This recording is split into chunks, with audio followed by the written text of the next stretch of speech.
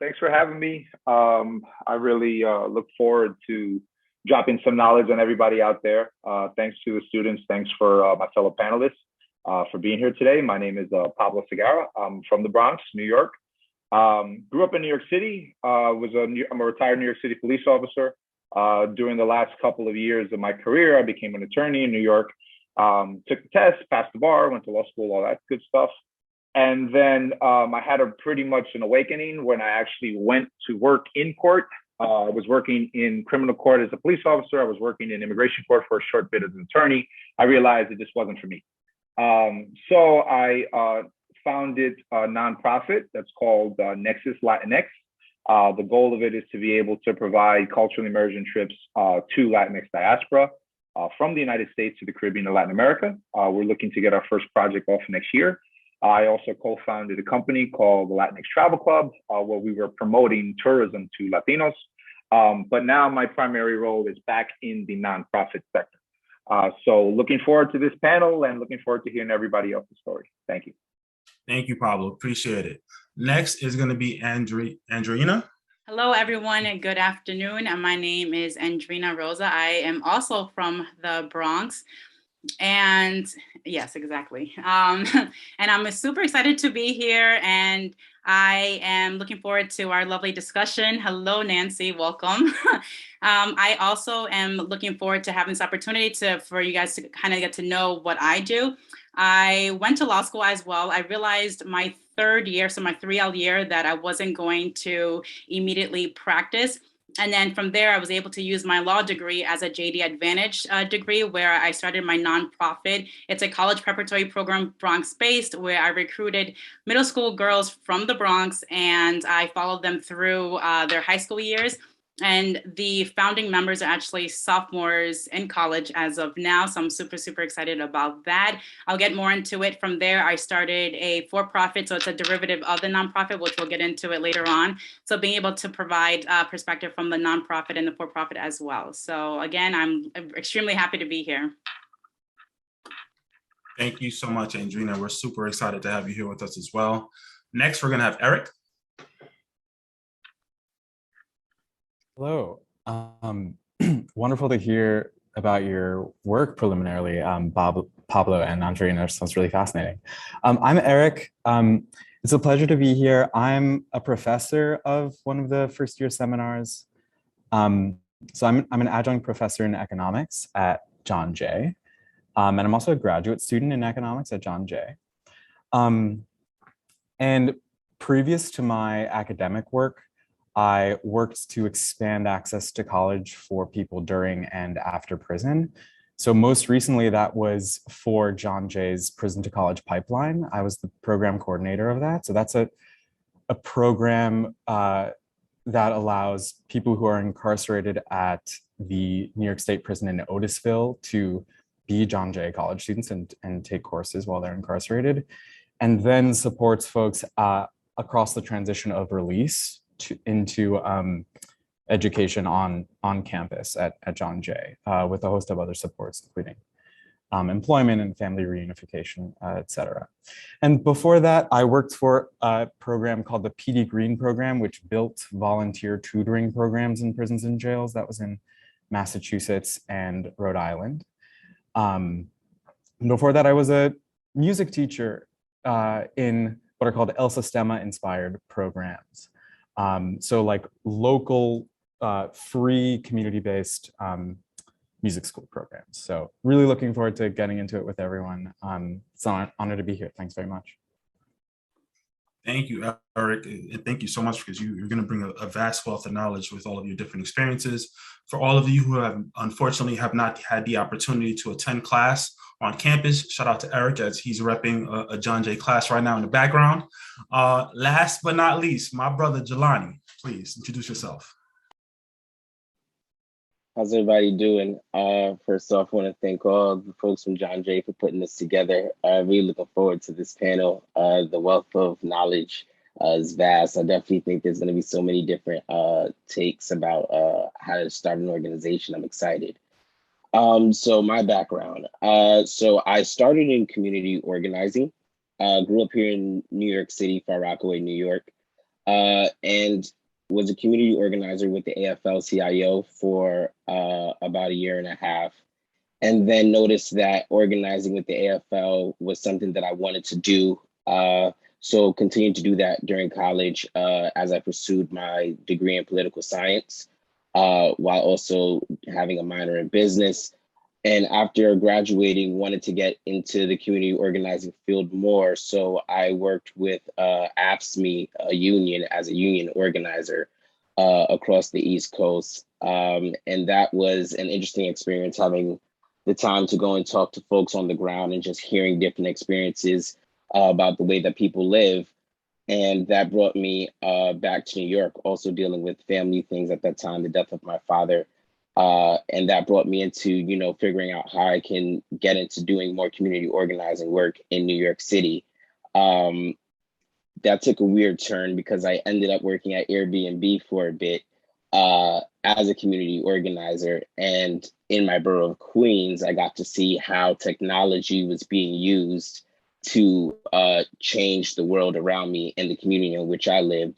And for a minute, I thought it was for the better, but I also learned that there are different ways that we can really get our communities engaged. And after leaving Airbnb, I decided to start my own organization, which now today is Good Call, a completely free hotline in case of arrest, connecting anyone to a lawyer 24 hours a day, 7 days a week in all 5 boroughs in New York City.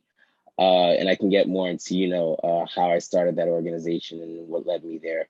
But right now we are servicing all 5 boroughs in New York City.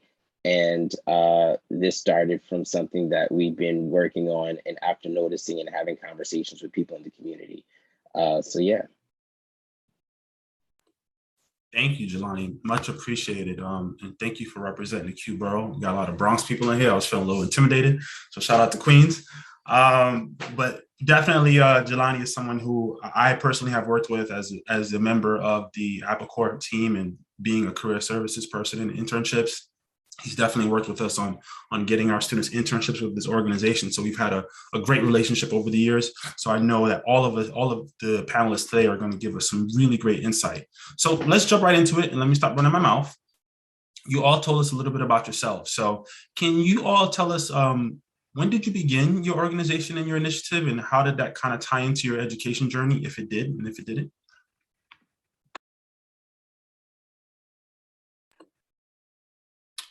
Sure. Pablo. Yeah, Pablo. I'll start. Yeah, sorry about that. So for me, my organization, I'm going to start with the nonprofit. I'm no longer with the for-profit. I'm back in the nonprofit sector running this out. And it really came from my previous experience. Once I was towards the last couple of years of law school, I started working with an organization called Sophomores. Sophomores is a very large-scale political conference that occurs in New York and in Puerto Rico. All the politicians go there, the mayors, the governors, all that good stuff, right? And I was on the planning committee for it. And through my experiences of constantly going back and forth between New York and Puerto Rico, I started to have my own journey come into it as well, right? As to think as who I am as a diaspora person. My family is from Puerto Rico, but I grew up in New York City. And I had this amazing experience with my grandfather one year where I took a trip to Puerto Rico and he was there. I didn't know he was there, and I was intimidated because it required me to go see him on the other side of the island to visit him and to basically speak Spanish the entire trip, which I was not comfortable with. But this is my culture, this is my people, this is my family. And I was intimidated, I was scared, I didn't want to do it. And so after some convincing, I did the trip with my grandfather, and it was life-changing for me. I was able to understand my culture from a perspective of somebody that's on the island. I was able to understand where my family came from, just decades of history that we, as people of color, are constantly denied because we just don't know. It kind of is a limitation as to how far we can understand where we come from, right? And so that trip right there connected to my experiences of going back and forth to Puerto Rico with this conference and understanding the issues on the island and trying to find a way to create a bridge with the diaspora, with so many Latinos that live in the United States, We're the fastest growing, we are the youngest, we are the most diverse population in the United States and even in the world. And we need this connection to our culture to thrive so we can understand where we're from. And so that was how I started Nexus Latinx, with this idea to be able to provide culturally emergent experiences to diaspora college students, to be able to travel to the islands, to be able to understand where you come from, but how you're going to use that history to improve the life, the quality of life for you and for those down here. I'm currently located in Dominican Republic, where I make my home most of the year. I have to plug that in, so everybody, you guys are getting cold up there. And this has really just been my journey, and it's a space that I found that I literally have left law practice. I am a retired police officer. I worked in Washington Heights. I worked in the Bronx. I worked on the Lower East Side. So I worked in predominantly Latinx communities before the word Latinx even existed. So this is the space that I'm in, and this is my journey. And my advice is just to take your experiences and your journey and use them for good. I mean, we're such a diverse group here that I can't wait to get, I'm talking too much. I can't wait to get into everybody else's stories. And I'm sure it'll be the same experience. Thank you, Pablo. Andrina, I think you're gonna jump in here. Yes, I have to keep reminding myself to unmute myself, but yes, with my experience, I went to law school in Michigan, and it was the first time that I left the state of New York. I mean, sure, I did studied abroad in the Dominican Republic for about 5 months, and I did go to school upstate. I went to Binghamton University, but I mean, I was home every other weekend just because of the close proximity. But it wasn't until I went to school away from the Bronx that I realized that everything was no longer the same. Like what I once knew and what I was exposed to, it was just completely different, because now I came back, I was ready to, enter the working profession. And I realized that there's so many, young girls from the Bronx, and I could have easily been one of them as well. And I am one of them, where they had this, I overheard a conversation on the bus on the Bronx 5, and there was this group of girls, and they were probably like about 12, 13 years old, talking about wanting to start a family, wanting to move out of their parents' house at 18 years old. And I'm like, no, and for me, it's just, I felt like that was the first time where I realized not a lot has changed, but everything has changed, right? And so my degree wasn't for myself. My degree was for everyone else, and being able to start an organization where, okay, I don't have a business degree, but I can use a lot of the skills and the knowledge and my strengths and be able to capitalize on that to start an organization. And it meant to me being able to associate myself with other organizations that were already kind of dominating that field, but being able to provide something else, be able to diversify that experience. So yes, there are many college preparatory programs that currently exist. Before I started mine, and obviously like even way after, but it was about focusing on, okay, wellness, focusing on mindfulness, focusing on business. Like those were the three main aspects of my college preparatory program that I knew was going to be different. The way I started this organization was I emailed every single public middle school in the Bronx.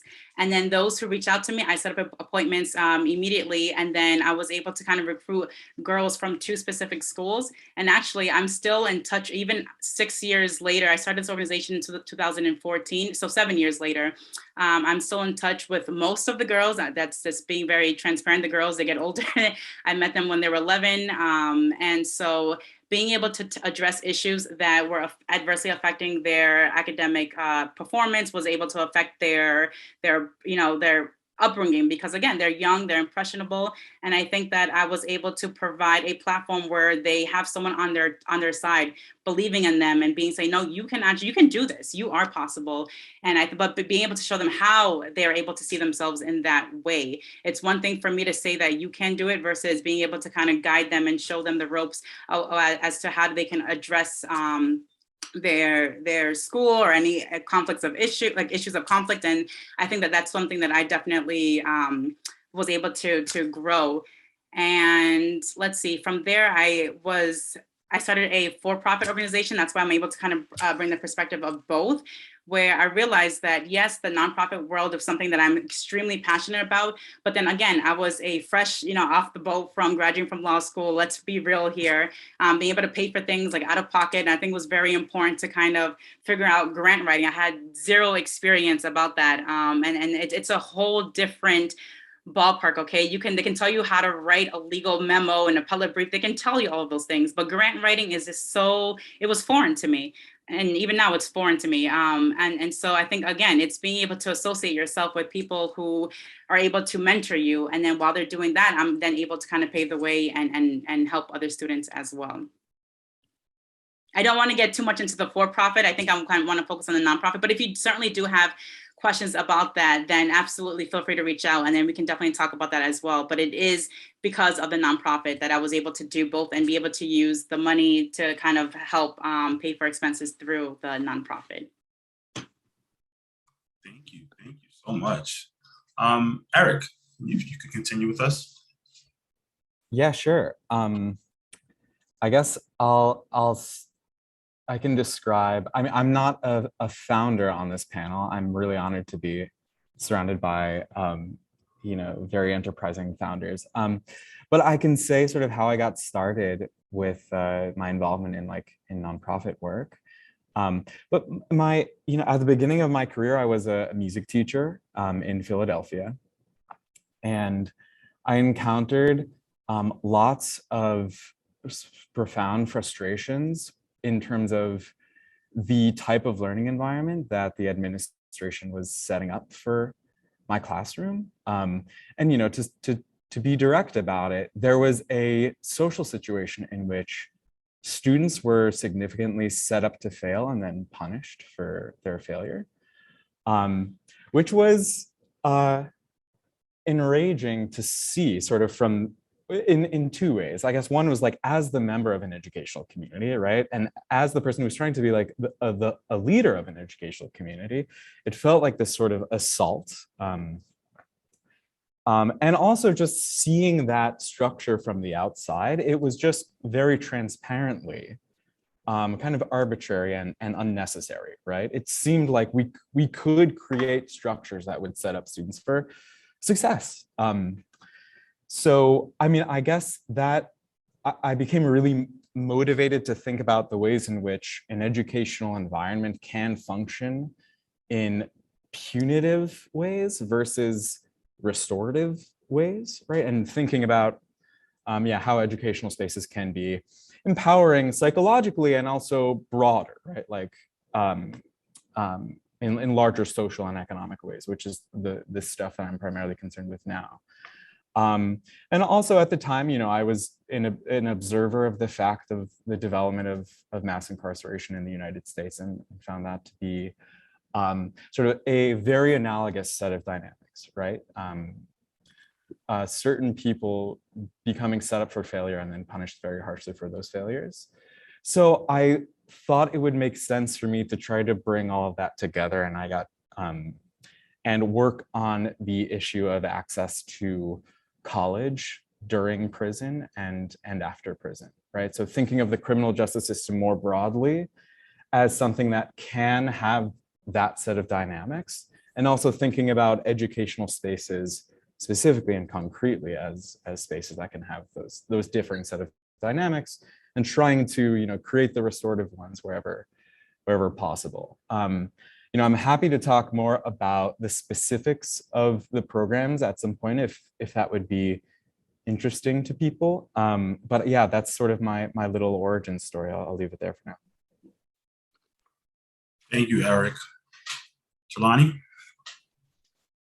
Cool. Yeah, interesting stories, y'all. So my story is one of duality, right? I grew up in Queens, and I grew up in Far Rockaway, New York, a neighborhood that still is under the poverty line today. And that was an experience where my mother always tried to keep me out of situations where I was going to get involved with drama. So she always made sure I was going to school outside of my community. It didn't mean anything because I still lived in that community. You still have all those things that you're around. I have family that's been system impacted My stepbrother did 20 years in jail before he passed. And this was a part of my life. So understanding the criminal justice system, I've seen it. It's something that, was around me in Queens, but, everybody has that story as a young Black male in my neighborhood. So I never really paid any much attention to it.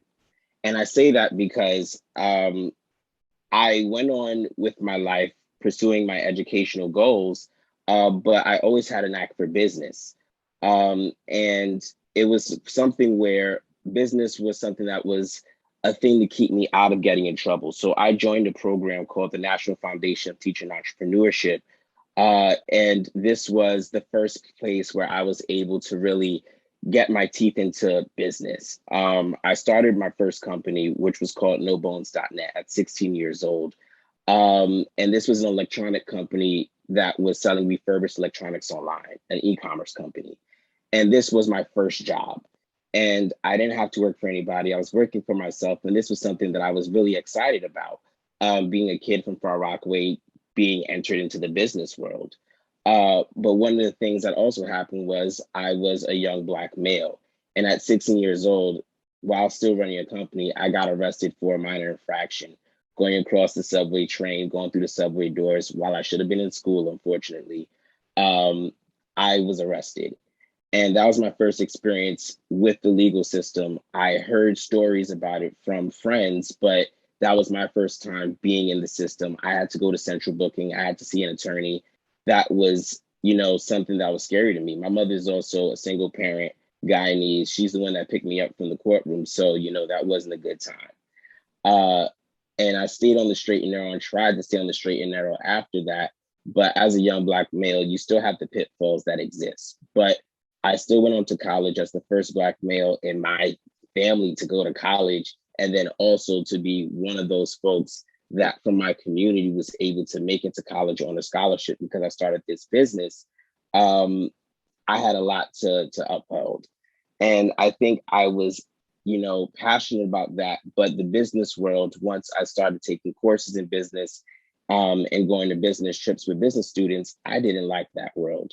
One of the things I realized was that it was profit over people, and that's something that I really didn't like. I saw what that meant to my community. I saw how that affected my community. I saw that, many times people weren't given the opportunities because of profits, and I didn't want to do that. So I went into community organizing, and this was around the time that the Obama campaign was on. So I was excited to go knock doors and try to really make change. And this was the first time that I was able to have conversations with folks and figure out that, this was something that I would like to do. I would like to use my energy towards good. And community organizing is something I really didn't know about. I heard about it from reading Barack Obama's book. And, I wanted to really figure out that career path. And after probably about 2 or 3 years in the community organizing field, I realized that, I could do this, but I really wanted to figure out how I can start something of my own. And I came back to New York City because I was dealing with the death of my father. And I wanted to figure out, what does it really mean to learn how to start a business? And I was reading books about it, trying to find incubators and internships, but I couldn't find anything.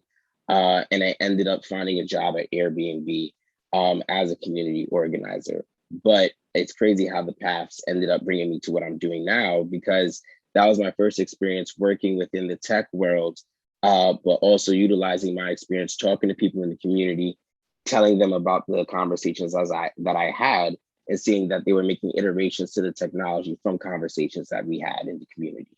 So I really got to see how community organizing and technology really were going hand in hand. The only problem with this was that I felt like the advocacy portion of it wasn't really there. I was advocating for a for-profit company, and this was actually damaging my community. When you look at the housing crisis that exists today in New York City, I felt like I was a part of that. So after my contract ended with Airbnb, I ended up joining an incubator called Blue Ridge Labs. And Blue Ridge Labs was an incubator started by the Robin Hood Foundation, which takes people from different walks of life and puts them together to create a technology product that would serve low-income communities. And the year that I joined on the expert track, I was teamed up with folks that worked at NASA, MasterCard, and Shapeways, which is a product design company. And these folks really were top-notch technologists working in that field. And I was somebody that, you know, was coming from the world of community organizing. I've been arrested before. Shoot, I was from the hood. I didn't even feel like I was supposed to be there in the first place. And that was an interesting experience because I realized that, you know, within the field that existed, there were folks that were book savvy, but socially inept. And what that meant for me as a community organizer, I was able to bring the understanding of our communities to technologists and help them to create a product that was really going to be able to target a pain point. So within the space of 6 months, we had conversations with individuals in the community and figured out that when folks were arrested, what they really wanted was support in that moment. And I knew myself from being arrested that I wanted support in that moment. So we had focus groups. I brought in people I knew from the community that had been arrested, and we had deep conversations. Also, I connected with all the public defender agencies in the city and tried to ask them, how could I make you know, your job easier? And we found out that their biggest problem was being able to connect to their client sooner in the process and tell them not to say anything, because many times folks are coerced into signing statements under duress and they lose their freedom. Now, I'm not a lawyer, but I learned that technical phrasing because I've had so many conversations with lawyers. What it really means is just shut up until you have a lawyer present. So my job was, how do I translate that to the community? How do we make sure that everybody understands that they have their Sixth Amendment right? And this was something that was a task that, you know, we were able to pair with technology and community organizing through putting people in the community that were able to share information about, you know, the resource that we have today, which is Good Call, our 24/7 hotline that connects anyone to a lawyer at the point of arrest, and let them, you know, make sure that they were aware of their Sixth Amendment rights. We were able to allow the lawyers to do, you know, what they do, which is provide that legal support at that point of arrest. Many times the legal system is old and antiquated, still using paperwork. Us being able to connect them to their clients sooner in the process was making change. And, you know, that's something that we didn't see happening in the beginning, but that's really how I got down to, you know, Good Call being what it is today, is having those connections with the community and utilizing the need that the lawyers had. Thank you, Jelani. I apologize. They decided to mow the lawn outside. So if you hear all of that, sorry about that. I'm going to shake it up for the panelists a little bit. So Eric, in as far as, you know, working with economics and your work with the prisoner reentry program, this goes without saying, but can you talk to us a little bit how this relates to the importance of social justice? Yeah, sure. I guess it would be helpful to begin by defining what we mean by social justice. And maybe it would be wonderful to actually have this be a bit discursive with the other panelists before I launch into my views. But I would say it deals with broadly equal access to the opportunities that one needs to survive and live a flourishing life. So if we're thinking of social justice as this, I mean, my work it's tough to know where to start because it's sort of so expansive. But I mean, my work right now deals with the economics of incarceration, and specifically, I focus on prison labor. But it deals with trying to understand macroeconomic processes that distribute wealth in certain ways, right? And then it examines the criminal justice system and how people's interactions with the criminal justice system are largely shaped by their socioeconomic backgrounds, right? So it's just sort of a simple confrontation to the notion of social justice if people's economic backgrounds are the things that are shaping the types of experiences that they're having with criminal justice systems. In terms of the prison to college pipeline, I mean, one of the ideas with that is like, when someone ends up in prison, that can be described as a moment of real exclusion from the polity, right? Real exclusion from the social fabric of the community. And colleges and universities are institutions within our societies that are some of the main conferrers of capital, right? Of social and cultural and economic capital, right? Having a degree that allows you to, pursue a career. So what would it mean if people who have been largely excluded, or in this moment of acute exclusion, were suddenly radically included, right, by the college going to meet them, right, and then welcoming them on campus after they're released. So it's meant to be, an equity initiative, right? It's meant to be a rebalancing. It's meant to be welcoming people into the community who have, in certain ways, been excluded from the economy. Yeah, happy to talk more about that fascinating question. No, thank you. That perspective is definitely needed. Andrina, for you, as far as your organization, yeah, so how does that kind of tie into and relate to the importance of social justice?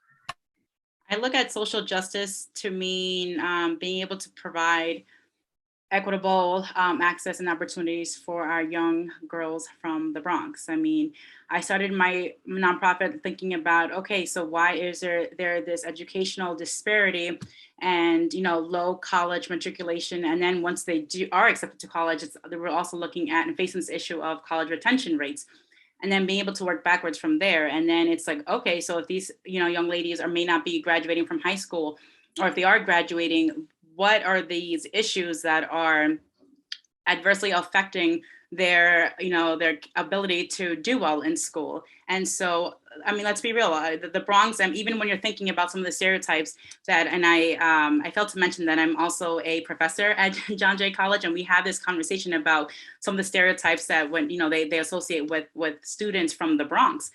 And so, one of the students from a different borough said that students from the Bronx, they're just not that smart enough. And I'm just thinking, well, we're thinking about this in a completely in the wrong way, right? It's not looking at, okay, you're not smart enough to do something. No, I don't believe in that. I believe that there is, there isn't adequate access to education, to opportunities, and being able to mobilize these opportunities and even create resources for our young ladies.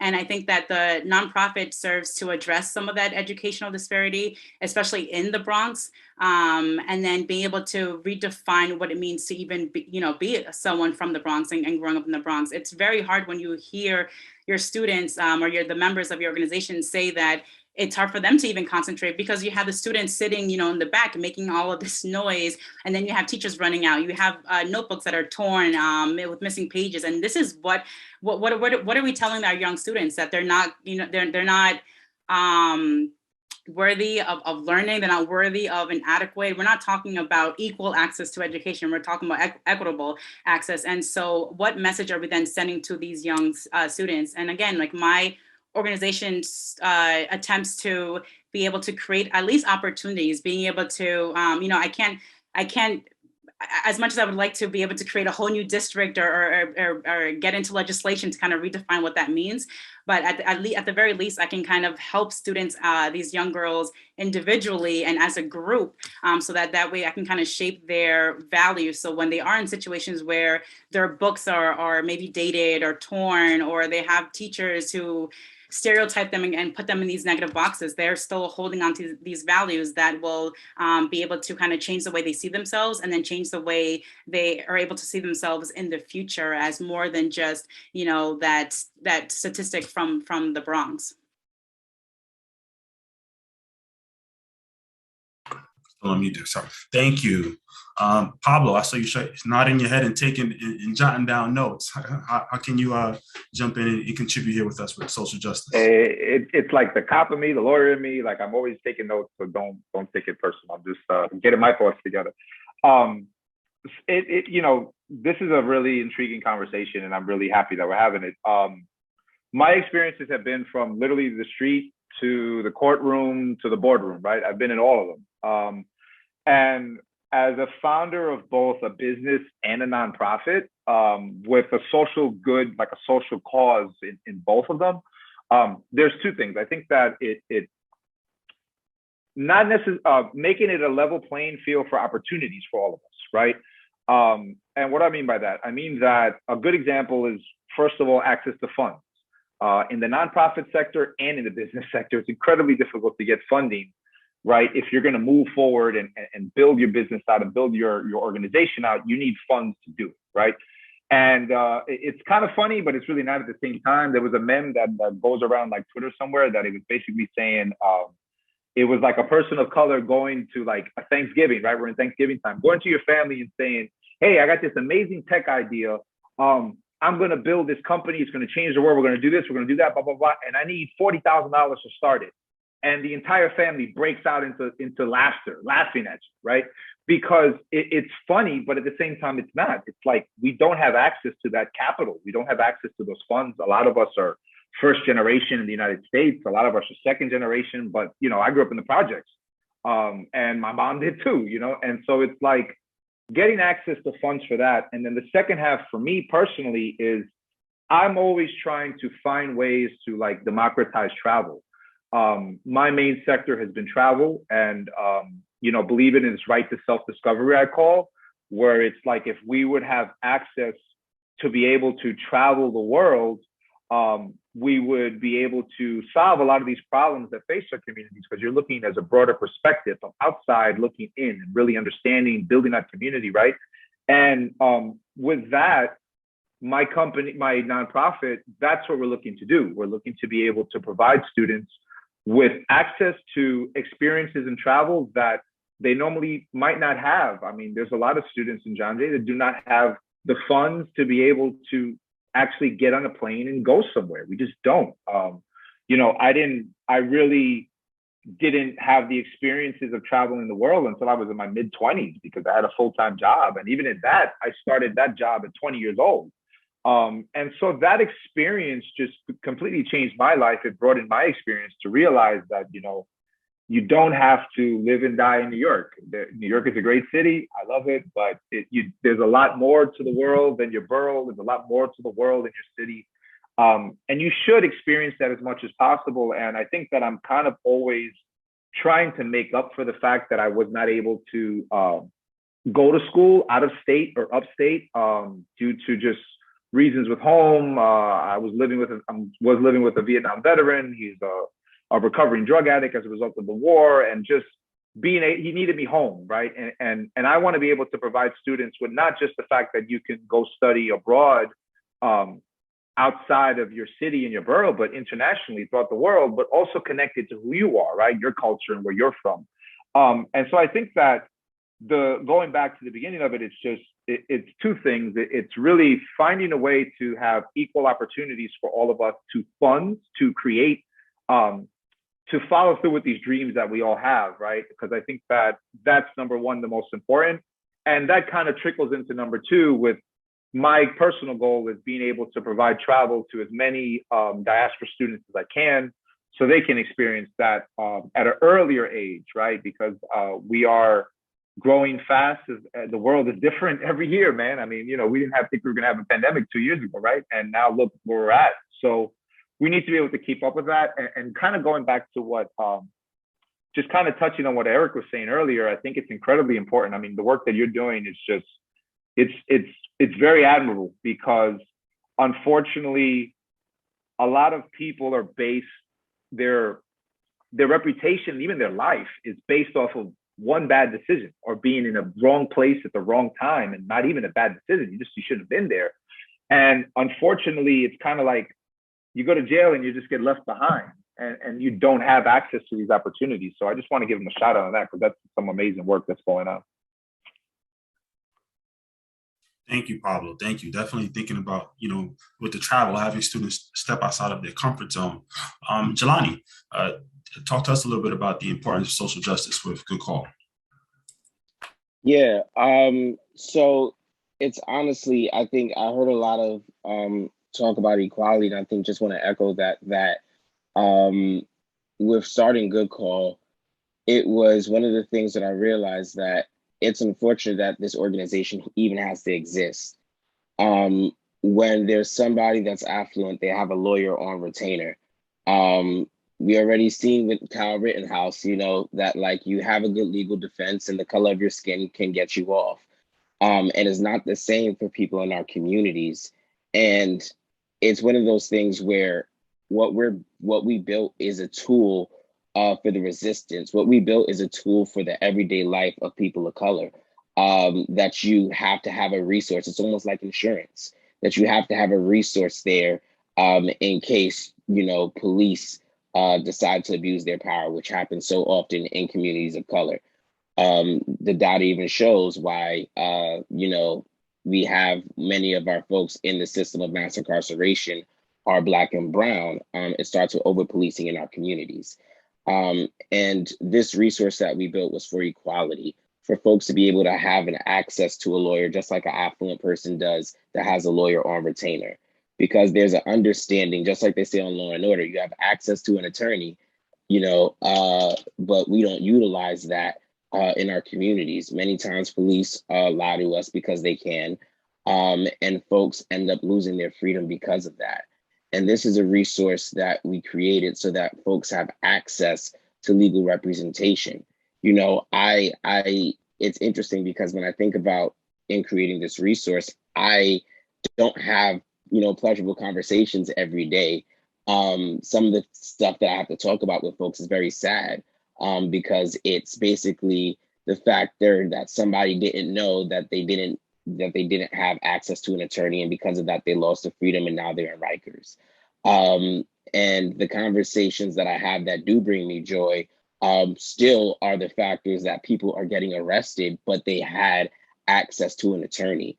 And when we think about the problem that we have in our communities, and even when we look back at last year, our hotline gained a lot of momentum during the times of the protests. And, a lot of people were getting arrested. And these weren't people of color, these were white folks, and they were protesting George Floyd, who was murdered by police. And he was stopped because police were abusing their power. And that's the issue that we're fighting against. But it took someone's death for people to even realize that this is why our hotline is needed, why the access to legal representation is needed. And what I'm working on is developing a movement. The same way there was a movement built around ending cash bail and closing Rikers, we're trying to build a movement around folks understanding that they have access to legal representation. And doing that is, something that we're trying to do on all chords, doing that through grassroots outreach, doing that through conversations with legislators, doing that through trying to change policy.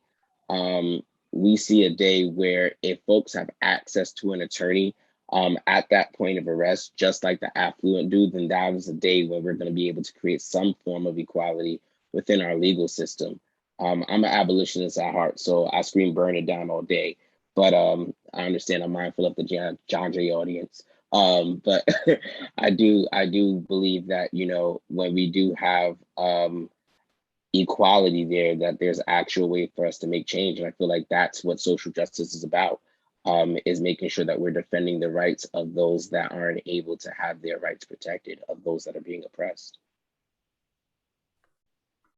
Thanks, Jelani. I'm actually going to stick with you now, Jelani. We're going to have some questions coming in from the chat, and we'll get to that. But to stick with you, Jelani, what has been your favorite part about getting this initiative started, and what was the most challenging? My favorite part about getting this initiative started is the fact of how unapologetic I could be about the work. My hoodie says "fuck a false arrest" on it. I wear this all the time. And on the back, it has all the rights of what to do when you get arrested, um, because we're meeting the community where they're at.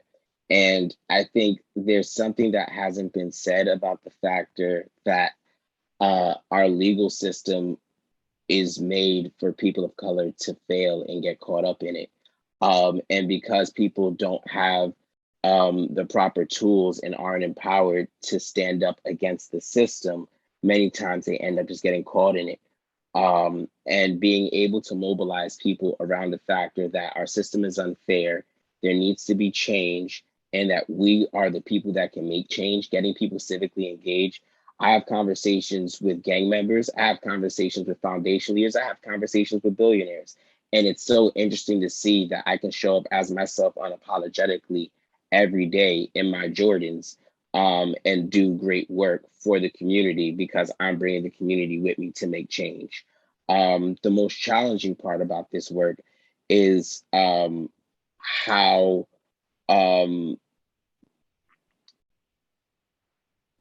there's almost there is two Americas that exist. And no matter how hard we fight, there are people that are unaware that this is happening. There are people that don't care that our communities are for sale, that our communities are being gentrified, but then not only gentrified, that people aren't being taken seriously when they're applying for these jobs or for these opportunities that exist. That economic mobility doesn't really exist in our communities. And that's really hard because when you're thinking about the work that I do, I spend 70% of my time fundraising for this social enterprise to exist. And many times what people want is, and I'll call it poverty porn, because what they want to see is folks from our communities that are underprivileged, that if they throw money at the problem, they can parade them around on pamphlets, but not really provide real opportunities, real lasting change. They think that throwing $50,000 once at our communities versus building a community center, putting Black-owned businesses in that community, making sure that the work and the people that you're hiring are Black-owned, so that there is economic mobility within our community. That doesn't happen. Those conversations aren't spoken about. So it's hard for people to understand that many times that some of these issues that we have within social justice do stem from not having, do stem from a lack of resources. And that's just difficult to really tell Whitey on the Move. Thank you. Andrew, the same question. I mean, there are just so many celebratory moments here, but I think for me, it's knowing that the nonprofit is a small organization, right? And so I like to look at the benchmarks. I like to be able to evaluate the success of the organization based on where the girls are, where I met them, right, in that situation, and then where are they now? And so, one of the first questions I asked when I was getting to know these young ladies was, if they saw themselves going to college. And then there were two that said no.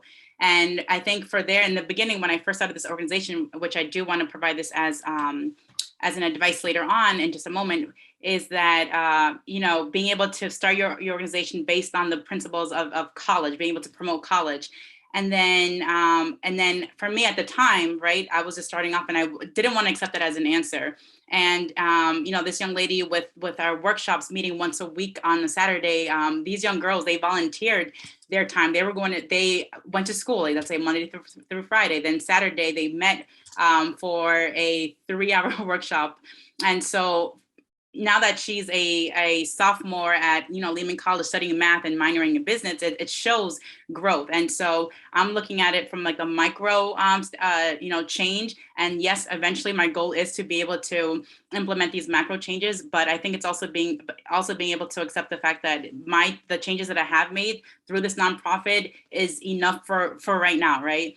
And a challenge, which is one of the advices I would give for anyone considering entrepreneurship, especially on the social aspect, is that you can't make everyone happy. So I am, dealing with the school guidance counselor, with the school principal. They have their own expectations as to how things should be for their specific students because they see them every day, right? But then they don't get to learn and know about these young ladies, you know, outside of school. And then you have the parents who are, again, enforcing college, and it's like, no, my little,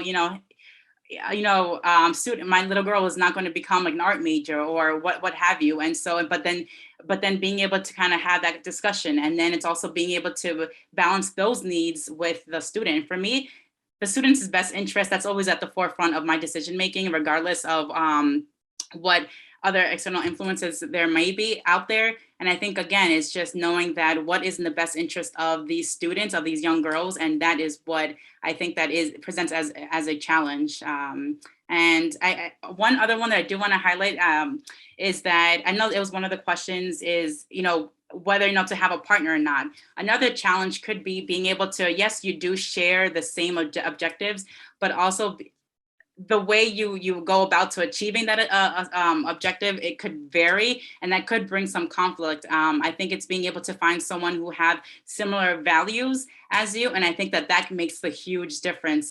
Just because, again, if the interests are, the best interests are like for these young girls, then regardless of what, you know, the way you go about achieving that, you're able to come to a middle ground of understanding and being flexible in that achieving of the goal. So I think that's something, you know, with a partner. And I know if we have time to address that question, I'll be more than happy to get more into that with my personal experience, but that could also be a challenge. Thank you. Pablo, what about for you and your organization? Yeah, sure. I was thinking the whole time, trying to figure out so many challenges that I've had to face. I would say that I'm going to start with the positive, right? I think that the positive is that for me, I get to create, right? As an attorney and as a police officer, there wasn't much room for creativity there, right? But yet I get to create stories. I get to create various things, imagery, websites. I mean, I never thought I was going to be a website designer. I've designed like 10 websites already. And it's because of the fact that what I was able to do is that I was able to garner a community of about 150,000 followers on Instagram for my previous company, of just the Latinx traveler, right? A group of Latinos that like to travel the world and just telling their story. There's so many intricate stories that you learn from people that are often not told, right? And it was a community that was built out of doctors, lawyers, teachers, all types of different people that were traveling the world. And I was able to actually learn and meet them and learn from them, right? Which is something that I really like a lot. I would say the challenges, I think that the main one, to be honest with you, being that my primary focus has been in the Latinx community for 20 years, right? And I've been a conference organizer for about 8 years. I've built out a bunch of different conferences in Miami, in Puerto Rico, in the Dominican Republic, in New York. And unfortunately, we get seen, it's almost like we get considered less than just because that we're focusing on our communities. And I think that's maybe something we can all kind of understand, that whatever community it is you're focusing on, it's like we're not really focusing on the mainstream communities here, right? It's almost like unforgotten people, unheard stories, creating new opportunities for us. And it's very difficult to break down those walls when you have to step in a room of VCs, of people that are trying to fund you, that just don't understand where you're coming from or what you're talking about. And so, even with, I have literally gone to various like funders, right? And said like, look, this is, we have 100,000 people, right? We've been able to create various conferences. I have experience doing this. I'm an attorney on this. And it's still like, yeah, but nobody cares about your culture, basically, right? Like nobody cares about like, how am I supposed to turn that into dollars? And that's understandable. But at the same time, there is a large amount of people that this can make such a great impact on. Everything we're doing here is about impact, right? And I think that one of the challenges has been, even for myself, I've never had access to that. I didn't know anything about entrepreneurship until I was in my 30s, to be honest with you. And, my family, my mom like just bought her first apartment at 71. like we weren't taught what to do with our money. We were taught that you have $100 in your pocket. Well, I guess we're going to the best, we're going to Sizzler tonight. We're going to spend this, right? And so I think that's another challenge has been really learning. And that's why I'm so passionate about speaking here, because all of these students that are in the room today, we're giving you kind of like our life lessons that we've learned. And I always say that one of them is definitely to understand this entrepreneurship and really research it. Don't just say that, oh, I want to have my business and I'm going to be a millionaire and that's it. It takes a lot of work to get to your first dollar and, really get there, really understand it. And there was a question in there too that spoke about that I'm going to kind of just touch on really quickly, that they were asking about, like, what are some just overall advice? And mine is just, start with why, start with your purpose. What is it that makes you so passionate about what you're doing? Because there's going to be a lot of sleepless nights. It's going to be a lot of headaches. It's going to, I've gotten a lot of gray hairs in my head from law school and from business. And but it has to drive you. It has to drive you. So you have to find your purpose as to what it is that you're in this for. That I think a lot of us here have found our purposes and why we're doing what we're doing. Thank you, Pablo. And because of time constraints, Eric, we have a question in the chat from a student. And the question is, what advice would you give or do you have for students who are uncertain in their major but want to do something with the social entrepreneurship field? Can you start off and answer that? And then everyone else can kind of jump in and answer that as well. Yeah, I think Pablo addressed it wonderfully with starting with the why. I think the only thing I can say is, try to follow what's exciting you and like accumulate experiences, right? Like get proximate, right? As Brian Stevenson says, right? So, and yeah, if you're able to let your, curiosity bring you into different classes and different internship and applied opportunities and just observe yourself as you're responding. But it's a real art. And I like Pablo's response a lot. Start with the why. What are your sort of core values that are motivating you? I think how I would address that question is, yes, being able to figure out what is it that you're passionate about. You don't have to be the best. Like, for example, I didn't have that business background. My major was political science. I didn't even know I wanted to go to law school until like probably in my junior year of college. And what I would say is that, yes, being able to explore different courses and diversify your academic learning experience, but also really focusing on what skills are you able to extract from taking, this course, this business class or this computer class. And you're looking at this skills that are necessary to be successful. We're looking at communication skills, right? If you're one of those students who do not like public speaking, who kind of shy away from those opportunities, it's okay to be uncomfortable. I encourage that for you guys to be uncomfortable, because let me tell you something, when it's your first year of law school and then this is the first time you're presenting in front of all these judges and they're grading you, and it was all because I was shy away from all these opportunities. Like, no, not me. I mean, I don't want to talk. And so for me, it's being able to kind of use this time now to put yourself in these uncomfortable situations. You're looking at analytical skills, you're looking at writing skills, you're looking at leadership, team building, all these different skills that are necessary to get you at least started, right, in the entrepreneurial world. And so I think I'm just really focusing on classes that, yes, you're genuinely interested in, courses that challenge you, but then also keeping in the back of your mind that courses that will then allow you to develop, if you don't already have them, or to strengthen skills that are I think, crucial for any successful entrepreneurial person. So.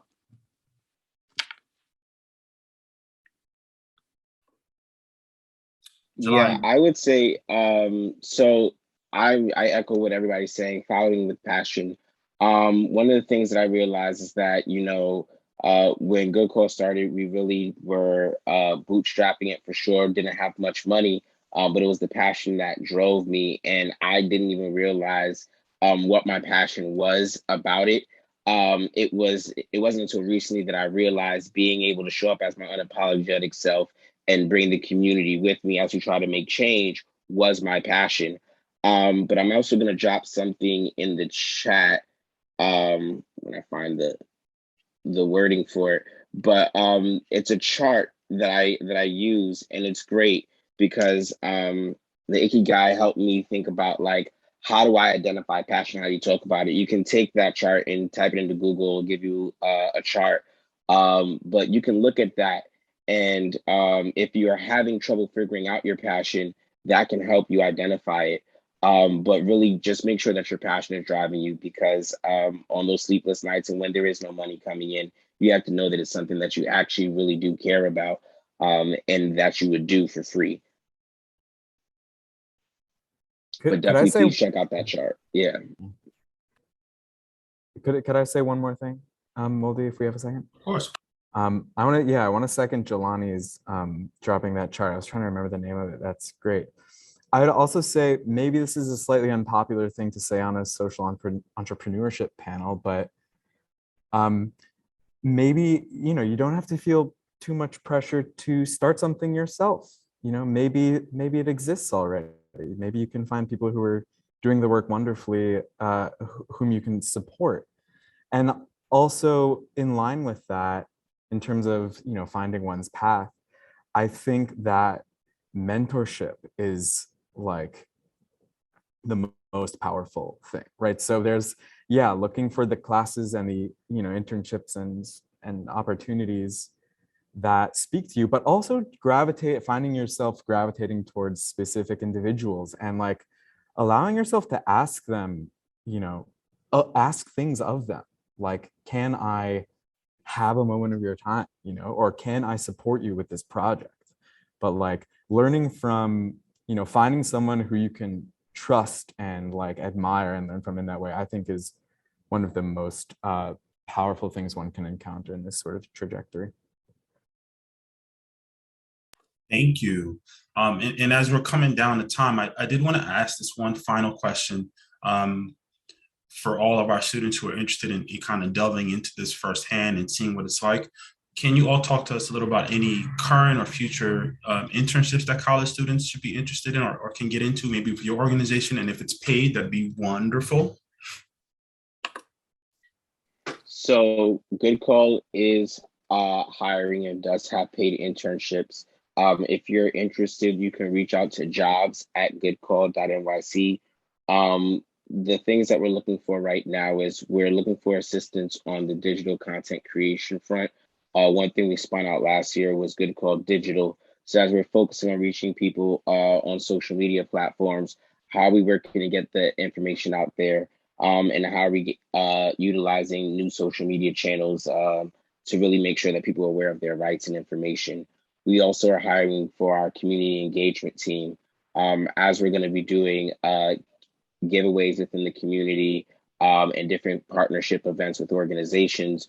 One of the things we want to make sure of is that we're always keeping our community engagement team at different hubs within the community, handing out cards and information, and we have outreach days that are available.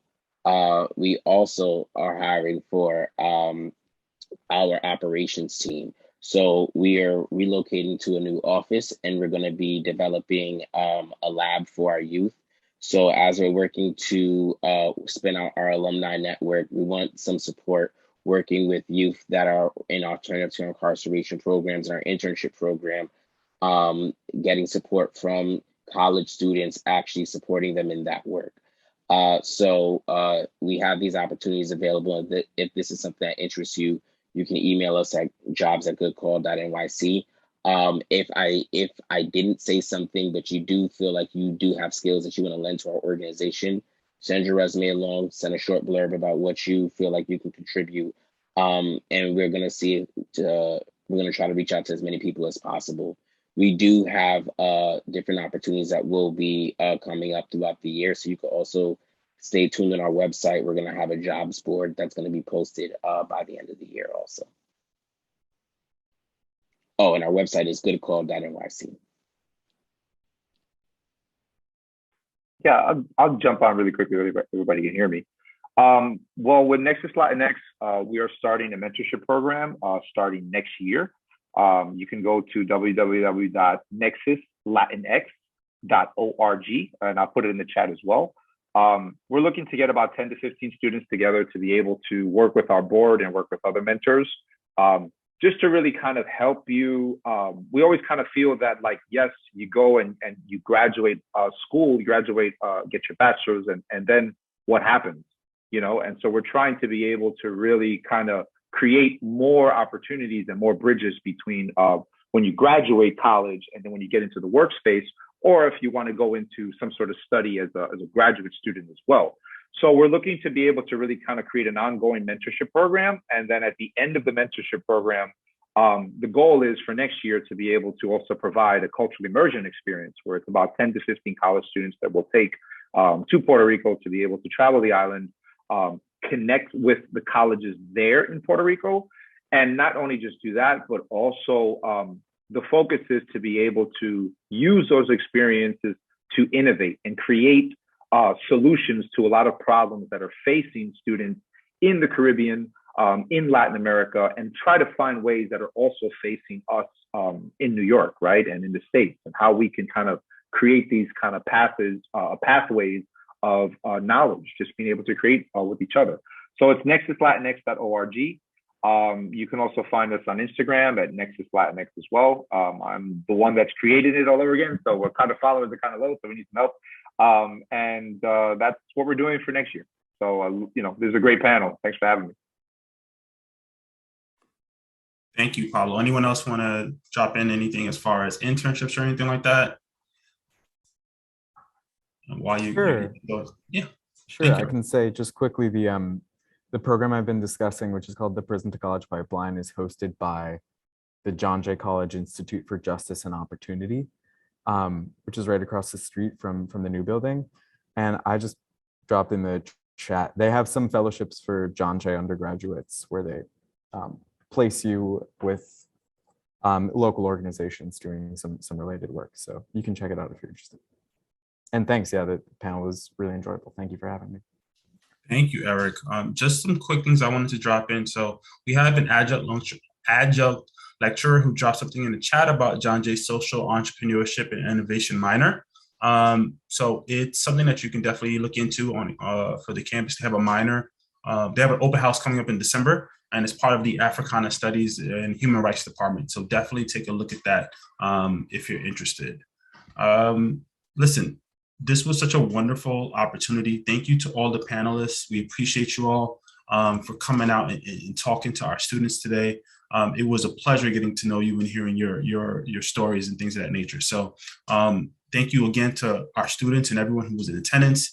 This is the last event for this series, so we really hope you enjoyed it and have a wonderful, wonderful Thanksgiving.